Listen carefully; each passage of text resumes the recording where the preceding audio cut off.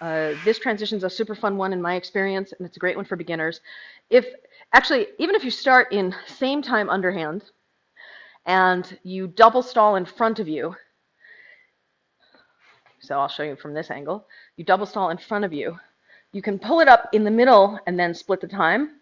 My poi are dangerously close to my face, so what I do is as I pull it up, so I've done the stall, then I wrap it around my fingers. So I stick my fingers out into the middle like this, as if they're touching each other, and then I let it wrap around the finger so that it shortens. So the whole thing in flow at this angle is stall, wrap, split the time. And then at the side view, you're like this. You'd stall, wrap, split the time. And you have to remember when you do the stall, it's on the outside, but you have to pull it to the inside of the figure eight. So we'll shove that guy in there today. All right, so let's just start off nice and easy. We'll start right foot T-stance, right foot facing to the right, left foot facing toward the screen, and sweep back, up to pinwheel, extension, to the right and overhand weave, open it up, sweep back, underhand weave, sweep over the top, overhand weave, open it up, sweep back, stall, come into buzzsaw, we'll do a little back bend, and now we're going to take it and bring it down, plane shift it to horizontal, so whichever one you prefer, and then turn in the direction that it is going to go in spin. So I was here like this vertical, I plane shifted it down onto my right arm, and then I turned to the left with it, but you could be in vertical and plane shift it down onto your left arm, and turn to the right with it. Either one will work, whichever one you're more comfortable with. For the hip reels, which I didn't do a hip reel there. I did the bottom part of the Chasing the Sun, which is half of a hip reel because the reel has to go back the other way. So what I'm doing is, the way I like to describe it is if you can imagine that your hands are coming behind your back and you have like tuck's tails that you're flipping as you go this way. Or another good way to think about it is imagine you're Scarlett O'Hara and you're making a dramatic exit or entrance because she's Scarlett and that's what she does. Take her skirt, pull it behind your back and turn. So both hands are coming behind the back at the same time. But I do have a distinction.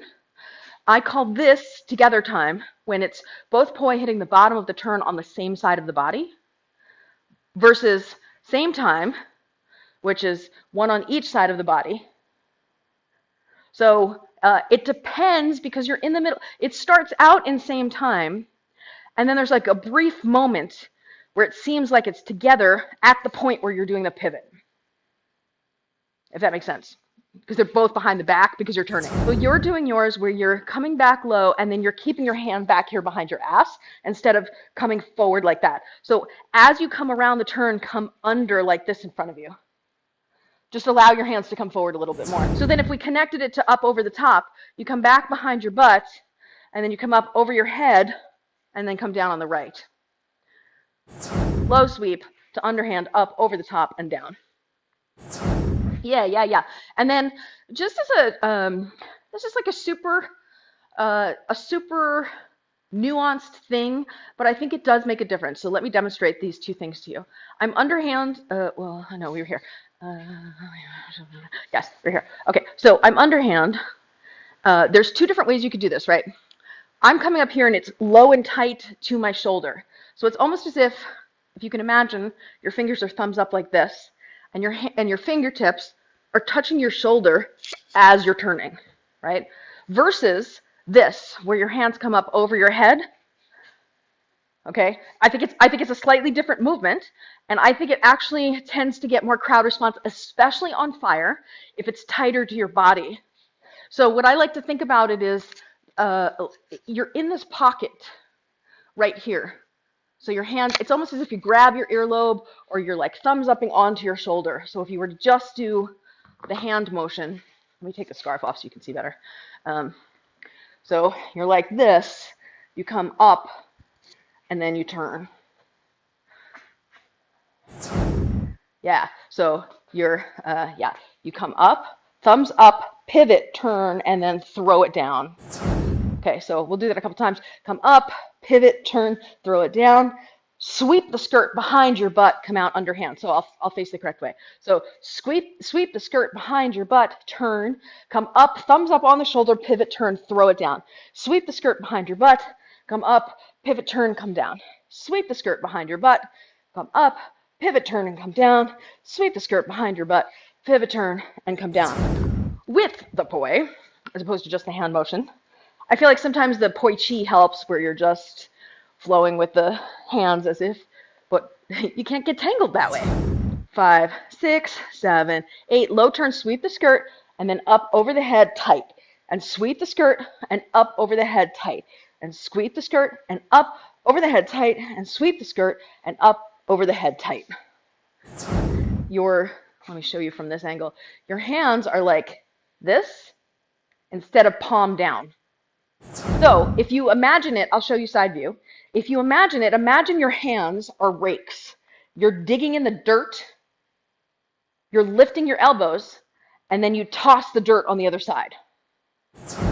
Palm down, and 5, 6, 7, and grab the dirt, pivot, turn, and toss the dirt on the other side. 5, 6, 7, 8. Rake the dirt, pivot, turn, and toss the dirt. Then up over the top, and 5, 6, 7, 8, and rake the dirt behind the back and pivot, toss, come underhand, throw it, and up over the top, and 5, 6, 7, 8, rake the dirt, pivot, and toss the dirt over the top, and 7, 8, and rake the dirt, toss the dirt over the top, and 7, 8, and rake the dirt, toss the dirt, and now let's just try and connect them.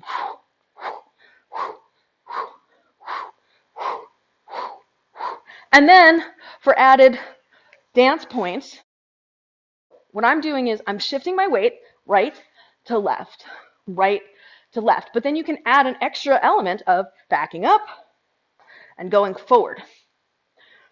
So you're not really doing anything different, but you are. It makes it look like more because you're moving with it. Let's talk about your feet. So I'll do the move, but it's less about the move and more about what your feet are doing during the move. If you do it like this, where you're just kind of like standing there, and then you turn, right? It's like almost 2 steps, right? Whereas if you maintain one foot in front of the other, you don't even have to lift your feet. You just shift your weight and pivot side to side. And that'll prevent you from doing this. So this is a very common thing that happens with people when they're learning this move. They're like this, they pivot, and then they like go forward too far. So if you just maintain your feet and practice this T-stance pivot, right foot is this way on the right, pivot. Left foot is this way on the left, and pivot back and forth, and back and forth. And then when you start doing the move like this, like a wall plane move, I do it more like this V stance, right? So it's not the T anymore, it's a V. And then I can shift my weight side to side, right? So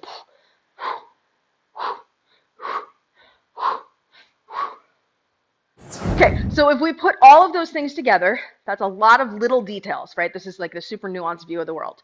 It's the pulling the dirt, elbows up, skirt behind the back, pivoting in the T-stance, tossing the dirt, hands low and tight to the shoulder as you come back. So sweep low, sweep high. Sweep low, tight pivot, sweep high. So no step. The feet never even have to lift off the ground. I mean, if your feet can lift the ground, then, hey, I like your superpower. And then this is just the one where you're doing it contiguously as a wall plane move. And so this is me just standing still. Boring. I mean, it's fine, but shifting weight. And now adding motion, going backward and forward. Motion with the hip action, and a step tap, and a step tap, and a step tap. So when you're coming up and you're low and tight and you're doing the thumbs up, and you hit right now your elbows are kind of wide. If you keep them tight like this, you can think of your elbows as sort of the steering wheel. It will direct the plane of the poi as it goes over the top of your head. Just like your elbows here direct the plane coming low behind. As long as we're fine-tuning this move, I guess I'm going to give you another tip for how to fine-tune this. So right now you've been starting on overhand, doing one full sequence, coming around, and then beat, beat, beat, and then one full sequence and coming around, beat, beat, beat. One full sequence coming around, beat, beat, beat. But now let's do it starting on the left side and do one full sequence, beat, beat, beat. One full sequence, beat, beat, beat. One full sequence, beat, beat, beat, right? Because once you do that, it's easier to connect the two together into the continuous move. 5, 6, 7, 8. Over the top, immediately low, come back to underhand. And 5, 6, 7, 8. Over the top, pull it low, and immediately back to underhand. 5, 6, 7, 8. Over the top, sweep low, and back to underhand. 5, 6, 7, 8. Over the top, sweep low, back to underhand. 5, 6, 7, 8. Over the top, sweep low, back to underhand. 5, 6, 7, 8. Over the top, sweep low, back to underhand.